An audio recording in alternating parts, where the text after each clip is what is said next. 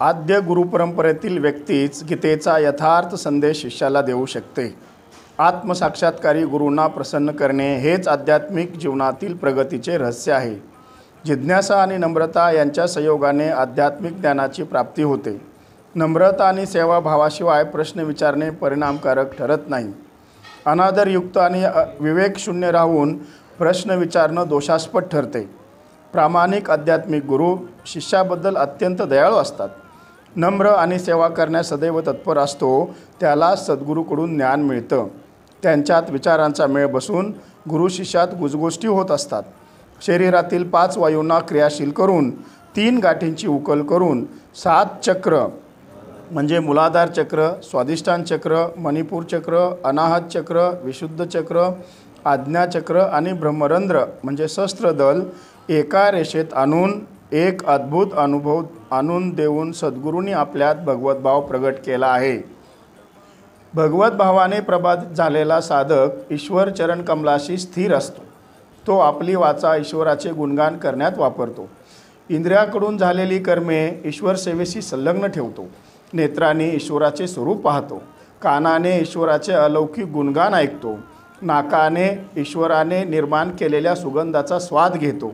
पायाने ईश्वर निर्मित स्थळांना भेट देतो. अवघे ब्रह्मांड हेच तीर्थक्षेत्र या निश्चयभावाने असतो आणि मस्तकाने ईश्वराला दंडवत घालतो. ईश्वराची इच्छा पूर्ण करण्यात आपली इच्छा अर्पण करतो. अशा हर तऱ्हेने ईश्वराशी मतपरायण असतो. आध्यात्मिक जीवनातील प्रगतीचे रहस्य म्हणजे गीतेतील यथार्थ संदेश समजावून घेणे. भगवंताशी युक्त म्हणजे संयुक्त होण्याच्या क्रियेला योग म्हणतात. जीवाने आपली स्वरूपस्थिती जाणून त्याप्रमाणे कार्य करणे याला योग जुळून आला म्हणायचं. ईश्वर शक्तीची जाणीव होऊन त्या शक्तीशी एकरूप होतो किंवा एकरूप होण्याचा प्रयत्न करतो आणि इंद्रिय तृप्तीसाठी होणाऱ्या कर्मांना थांबवतो. त्याने केलेल्या किंवा झालेल्या कर्माचा आनंद किंवा श्रेय घेण्याची त्याची मुळीच इच्छा नसते. अशी व्यक्ती परिपूर्ण ज्ञानाने युक्त असते. ज्याला ईश्वरी स्वरूपाबद्दल ज्ञान नसतं तो स्वार्थरत असून स्वार्थवृत्ती किंवा फलेच्छा बाळगून त्यांना प्रेरित होऊन कर्म करीत असतो. त्याला या ज्ञानाचा किंवा योगाचा काहीच लाभ होत नाही. परा किंवा अपराशक्तीद्वारे ईश्वर सगळीकडे व्यापक आहे. पशु, पक्षी, मानव आणि इतर जीव चर आहेत व वृक्षवेली हे अचर आहेत. ईश्वर प्रत्येक जीवाचे वस्तूचे बीज आहे. उत्पत्ती, पोषण आणि लय या सर्वाला कारण ईश्वर आहे. ज्याला आपण ईश्वर म्हणतो ते ब्रह्म निर्विशेष, निर्विकार, निराकार आहे. काही विशेष कार्यासाठी सगुण साकार होतं तेव्हा ते परब्रह्म असतं. म्हणून आम्ही म्हणतो गुरु साक्षात परब्रह्म. त्या परब्रह्माच्या कृपेवर आपलं प्रारब्ध, संचित सुख दुःख अवलंबून असतं. अनन्यशरण भावाने, आवडीने, प्रेमाने, आदराने त्याचे स्मरण करतो त्याला सर्वापासून मुक्त ठेवतो. ईश्वराचे प्रयोजन शास्त्रशुद्ध असून कोणाला अडथळा करणारे किंवा त्रासदायक नसते. म्हणून त्याच्या प्रयोजनाला घाबरण्याचे कारण नाही. जो मुक्त आहे त्याला भीती नाही व जो मुक्त नाही त्याला भीती आहे. ज्याला ईश्वराबद्दल ज्ञान आहे तो मुक्त आहे आणि ज्याला त्याच्याबद्दल ज्ञान नाही तो मुक्त नाही. आता बद्ध आणि मुक्त या तुमच्या भावनिक म्हणजे कशाचं तरी आवरण आल्यामुळे कल्पना आहेत. तुमच्या बाबतीत त्या वास्तवात नाहीत. भौतिक जीवनात मनुष्य मन आणि इंद्रिय याच्या अधीन असतो. मनावर झालेल्या संस्काराच्या दिशेने इंद्रियाची धाव असते. म्हणून मनालाच चांगल्या संस्काराचं प्रशिक्षण देऊन शुद्ध करायचं. शुद्ध झालेले मन आत्मसुखाकडे धाव घेतं. इंद्रियावर मनाचा ताबा असल्याने इंद्रियसुद्धा आत्मसुख घेण्याच्या वळणावर येतात. अशा वेळी योग्य मार्गदर्शनाची गरज आहे. योग्य मार्गदर्शन होऊन योग्य सत्संग मिळाला तर त्याच्यात क्रांती होऊन विषय सुखाचा निषेध करून आत्मसुखासाठीच धडपडतो. तेव्हा आत्मसाक्षात्कार होऊन ईश्वरी प्रेमात पडतो. जेव्हा ईश्वर प्रेमाचं वेड लागून त्यात सैराट होतो तेव्हा इंद्रिय सुख प्राप्तीसाठी त्याच्याकडून होणारी कर्मे थांबतात आणि नैष्कर्म्य स्थितीत जातो. नैष्कर्म्य स्थितीत गेल्यावर स्वस्वरूपाचे अध्ययन घडवणारा सत्संग मिळतो. या सत्संगाचा निदर्श ठेवला तर आपोआप ईश्वर तेजाच्या प्राप्तीला जाऊन मिळतो आणि जन्ममरणाच्या पाप योनीतून मुक्त होतो। तेव्हा ईश्वराशी संयुक्त होण्यासाठी येणाऱ्या सर्व अडचणी दूर होऊन ईश्वराशी एकरूप होतो। ब्रह्माला जाणणे आणि त्याची भक्ती करणे फार अवघड आहे।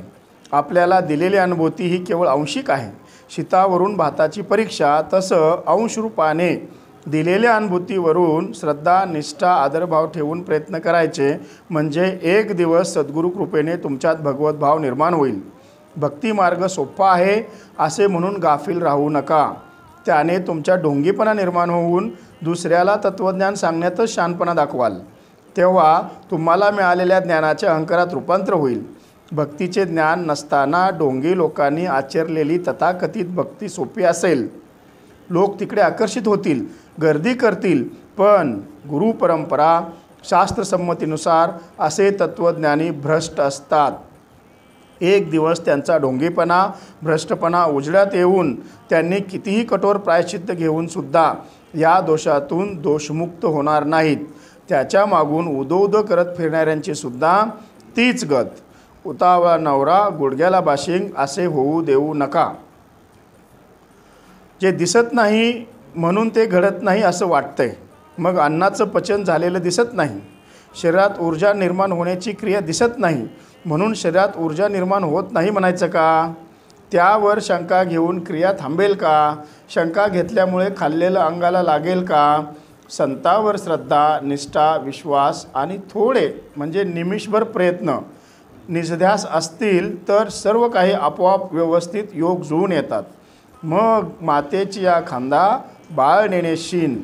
काही शंका न घेता, काही अडचणी न विचारता आईच्या खांद्यावर बाळ उगाच पडून राहतं, कारण आईचं प्रेम बाळाने ओळखलेलं असतं।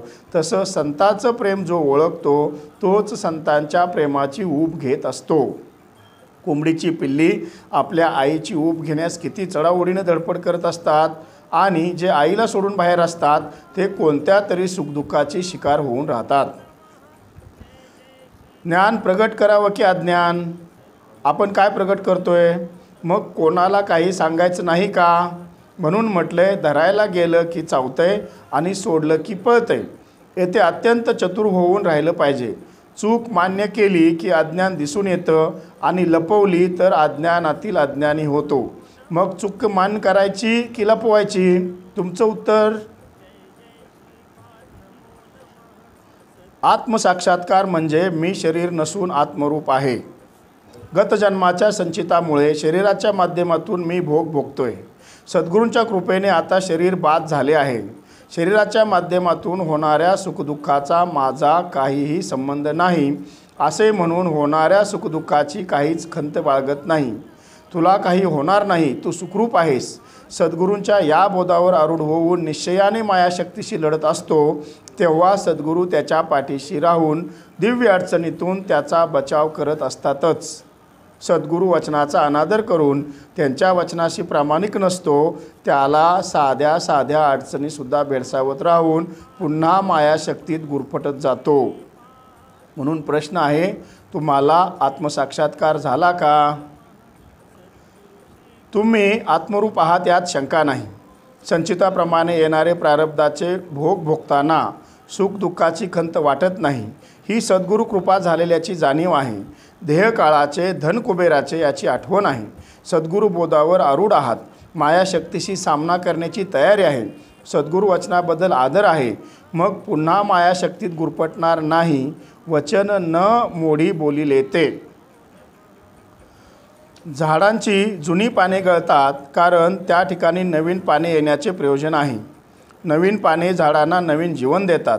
सुख म्हणजे समाज, समाज म्हणजे प्राकृतिक रचना, प्राकृतिक रचना सृष्टीसाठी आहे, सृष्टी ईश्वरासाठी आहे आणि ही सृष्टी स्वतः भगवंतच आहे। हे जाणतो त्यालाच धर्म कळतो, तोच धर्माला जाणतो। जुन्या रूढी परंपरा नष्ट करून नव्या रूढी परंपरा निर्माण करून धर्माला उजाळा मिळत असतो, त्यामुळे धर्माला संजीवनी मिळत असते। त्यावेळी निसर्गात घडामोडी होत असतात, बदल होत असतात। त्याग सुख दुःख सामावलं आहे। त्या सुखदुःखाचा शोक करणे म्हणजे नरकवास। निसर्गात होणारे बदल, घडणाऱ्या घडामोडी स्वीकारणे हा मानवाचा धर्म आहे. ईश्वराने ज्या उद्देशाने धर्माची स्थापना केली आहे, आता त्यात फक्त शब्द राहिलेले आहेत, आचरण नाही. आचरणासह शब्दाचा वापर होत असेल तरच समर्पणाची भाषा सार्थ ठरते. लोभाचा त्याग करून प्राप्त कर्म करणे, ईश्वराचे वास्तविक स्वरूप जाणणे हेच आपल्या जीवनाचे रहस्य आणि उद्दिष्ट आहे. त्यासाठी अहंकाराची मूठ उघडून समर्पणाची ओंजळ बनवा. त्यात सर्व प्रकारच्या योगाचं सार आणि सर्व प्रकारच्या योगाची परिपूर्णता आहे. संतांनी चालू केलेल्या परंपरेत आचरण आहे. स्वार्थी लोभी व्यक्तीकडून आचरणाबाबत शून्य राहून फक्त परंपरा या शब्दांचाच वापर होतोय. संतांनी रामकृष्ण हरी या अक्षरांचा आधार घेऊन आचरण केलं, पण काही मंडळींचं आचरण सोडून फक्त रामकृष्ण हरी म्हणणं चालू आहे. मग कशी काय नवीन पालवी येईल?